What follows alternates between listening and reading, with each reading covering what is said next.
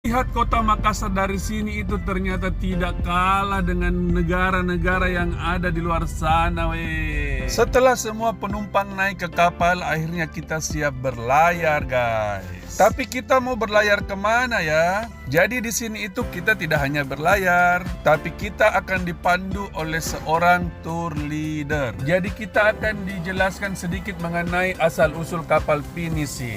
Jadi di atas kapal ini juga tersedia live music ya guys. Jadi benar-benar kita sangat dimanjakan dan dihibur di atas kapal pinisi ini, weh. Selain kita bisa melihat keindahan Pantai Losari, kita juga bisa menikmati indahnya sunset di Pantai Losari, guys. Hanya karena berhubung cuacanya lagi mendung, jadi sunsetnya itu kurang jelas, weh. Kita juga berlayar mengunjungi beberapa pulau yang ada di sekitar Pantai Losari, guys. Dan ternyata bukan hanya ada satu kapal pinisi, guys, tapi ada beberapa kapal yang bisa kita gunakan untuk mengelilingi Pantai Losari, guys. Jadi kapal pinisi ini menjadi salah satu tempat rekomendasi bagi kalian yang berkunjung ke Kota Makassar, guys. Bagi kalian yang ingin menikmati matahari terbenam, kumpul bersama keluarga dan makan malam, di sini tempatnya, weh. Setelah makan malam kita juga langsung dihibur dengan musik maumere dan bergoyang, guys. Pokoknya naik di kapal pinisi ini masalah semua bisa terlupakan, weh. Bisa dengan cara ikut bergoyang atau lompat ke laut, guys. Canda, weh.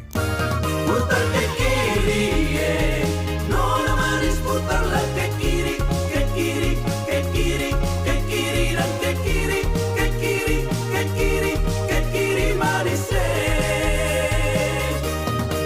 Sekarang kanan, nona manis putarlah ke kanan, ke kanan, ke kanan, ke kanan dan ke kanan, ke kanan, ke kanan, ke kanan manis.